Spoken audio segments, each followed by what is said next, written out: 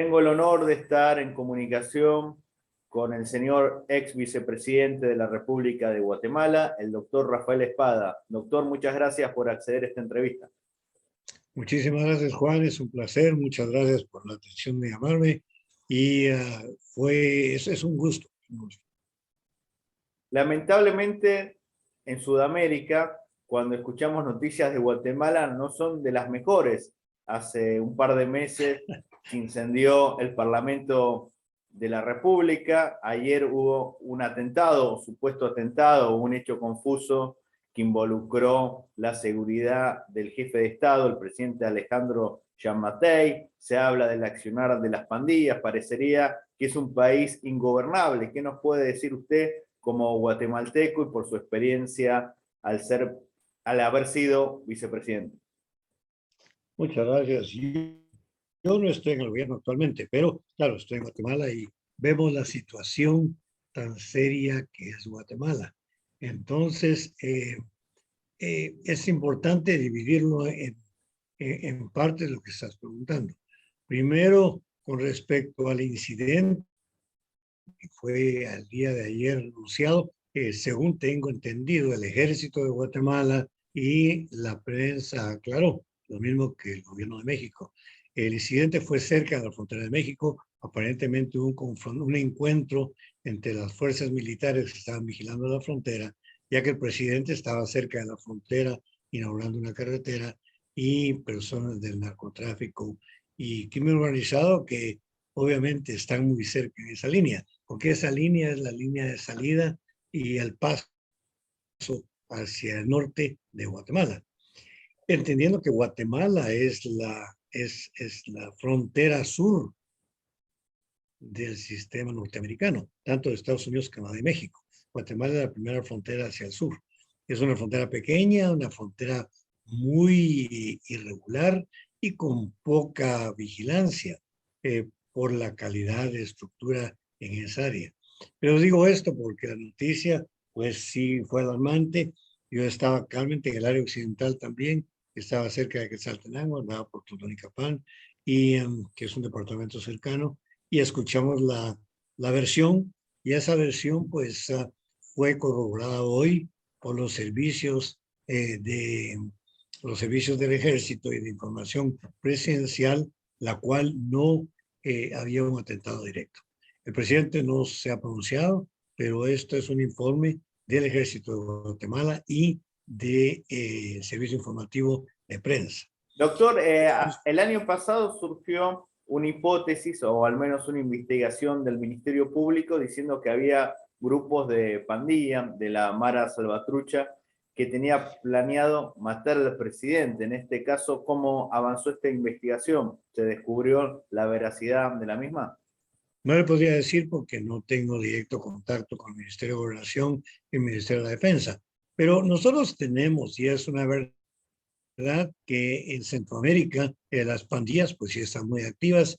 Se originaron, ustedes recuerdan la historia de las pandillas, pero la historia de las pandillas se origina en Los Ángeles, después de que muchos sudamericanos y centroamericanos, principalmente salvadoreños, vivían en Los Ángeles.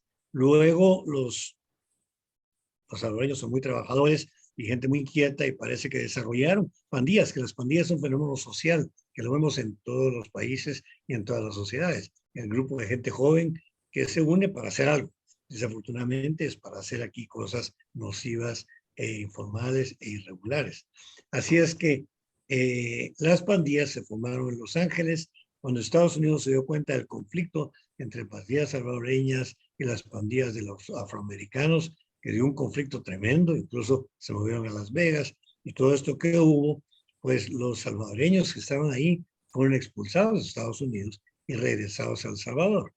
Entonces estos grupos, que eran la Mara 18, los M16 y otros más, regresan a El Salvador, y en El Salvador pues se organizaron muy bien, y el narcotráfico encontró un grupo de gente muy trabajadora, muy organizada, que ya tenía un sistema de maras muy estructurado, que facilitaban el paso del narcotráfico en Centroamérica, porque somos la línea que viene del sur, que viene del Pacífico, del Atlántico, tenemos los océanos muy cerca.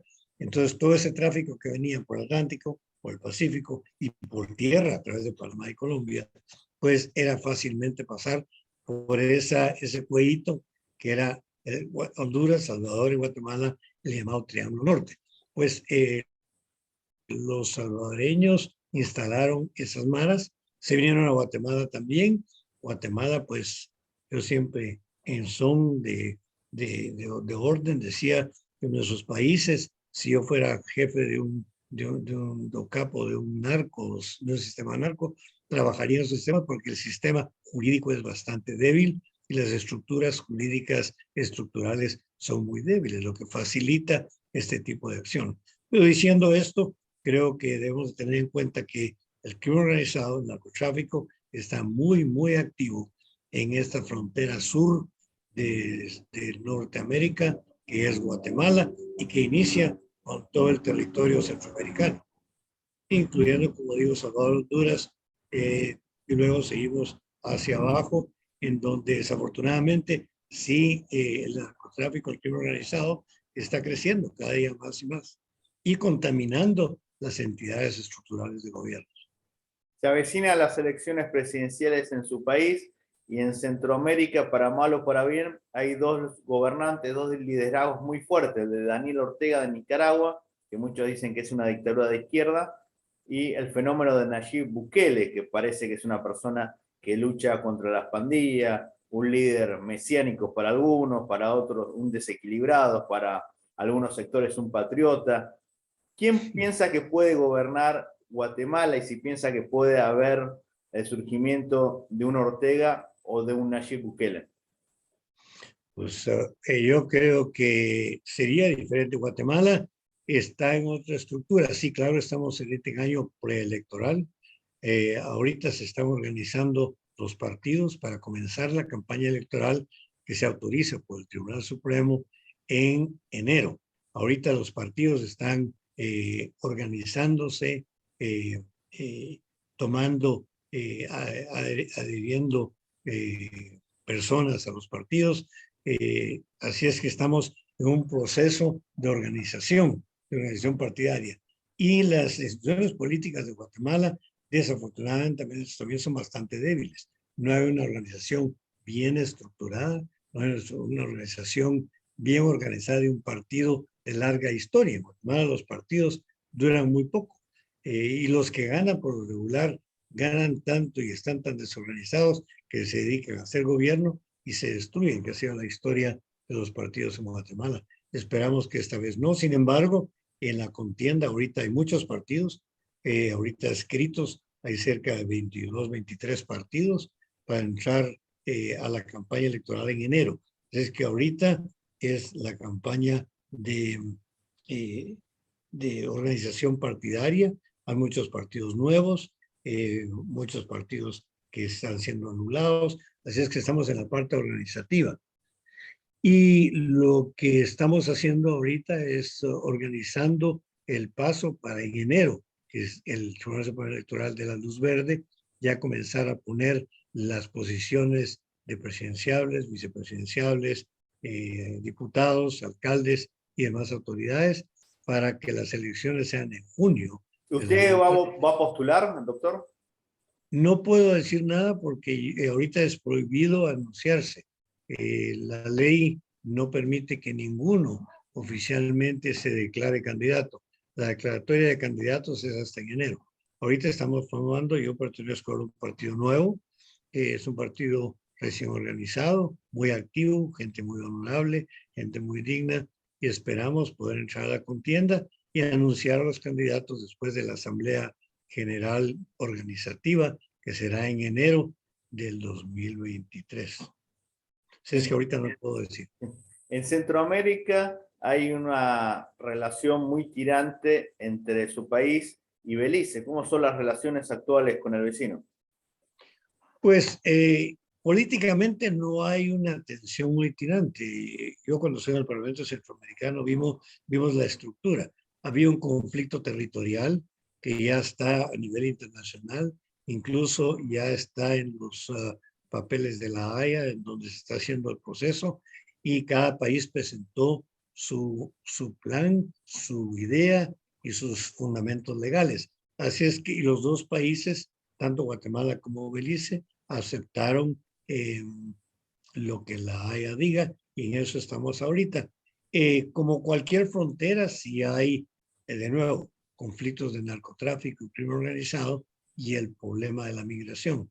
Belice, pues, está en nuestro lado nororiente. Personalmente, la población no hay problema. El problema es los territorios del narcotráfico, porque el narcotráfico usa este corredor de la parte norte de Guatemala, como Petén y los departamentos norte y noroccidente, que están cerca de Belice. Entonces, prácticamente Belice y los departamentos del norte de Guatemala son el puente del narcotráfico hacia México y luego Estados Unidos. Entonces, es un área de conflicto, más creo yo de conflicto territorial del crimen organizado del narcotráfico y que a los ejércitos les cuesta mucho controlar. Han habido ciertos conflictos en las fronteras, como sucede en todas las fronteras. A veces pues hay encuentros militares. Sin embargo, hace 4 o 5 años hubo un par de conflictos, pero las autoridades gubernamentales y los ejecutivos lo calmaron y creo que tenemos una buena relación diplomática y creo que como país vecino se ha mermado bastante. Sin embargo, estamos a la espera del dictamen final de la Haya, la cual los dos países aceptaron tomar el veredicto que sea. Es sobre la parte baja territorial de Belice y Guatemala. Doctor, la última pregunta, ya que usted fue vicepresidente, es un experimentado político, ¿qué se necesita para gobernar bien su país en un contexto de mucha conflictividad, con problemas también con algunos países vecinos, porque tienen problemáticas similares? ¿Cuáles son las condiciones para ser buen gobernante en Guatemala? Es muy relativo, pero yo creo que la idea es, primero, una persona no va a gobernar el país, tiene que ser un equipo.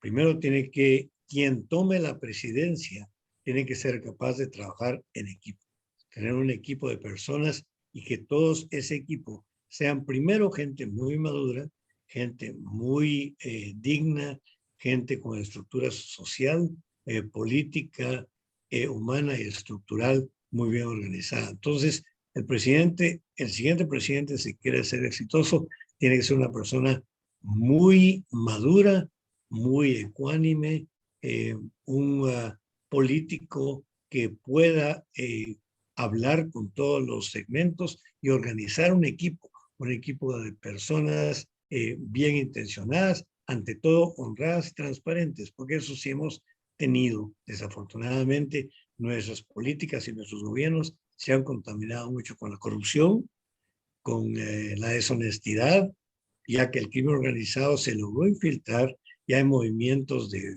dineros ilícitos y una serie de anomalías que están transformando y destruyendo la organización. Prácticamente estamos viviendo en un país donde lo ilegal se volvió legal. Yo le llamo un desorden muy bien ordenado, desafortunadamente por fuerzas del crimen organizado, que no solo es Guatemala. El crimen organizado es una institución mundial que tiene una visión mundial en la que se maneja mucho dinero ilegal que está tratando de entrar al Y sistema. recordemos, doctor, que a veces hay un prejuicio sobre nuestro continente. Parece que la inseguridad, el narcoterrorismo, las pandillas son un fenómeno sudamericano. Recordemos que en Italia fueron muy famosos las mafias, ocurren en otras partes del mundo, incluso acciones terroristas como el Boko Haram en Nigeria. Parecería que nuestro continente lamentablemente está estigmatizado. Sí, el problema de nuestros países es que no nos hemos dado cuenta que nosotros hemos hecho una división y una inequidad tremenda. Entonces, en los países latinoamericanos, principalmente Guatemala, hay mucha pobreza. Guatemala tiene un flujo económico fuerte. Incluso cuando uno ve los números de Guatemala, dice de qué se está quejando. La macroeconomía está perfecta. Hay mucho dinero en el país, sí. Hay mucho dinero, pero en muy pocas manos.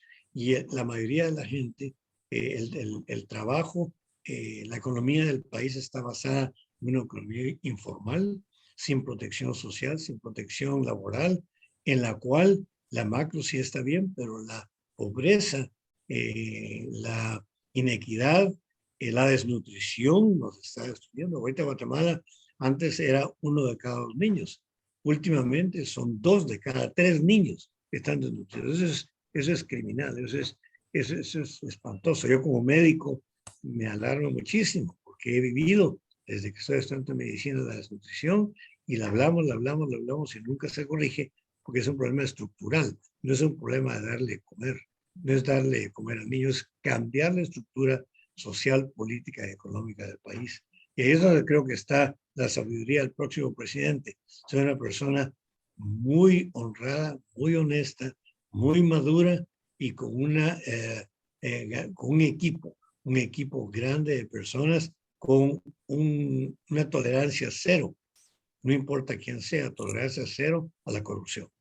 Muchísimas gracias, muy sabias palabras, como dijo alguna vez el general Perón, que los problemas se arreglan entre todos o no los arregla nadie. Es importante que haya un buen equipo, gente patriota y Somos decidida. responsables todos. Sí. Muchísimas gracias, muy amable. Para más información, por favor, suscríbanse a mi canal de YouTube. Encantado, Juan. Mucho gusto.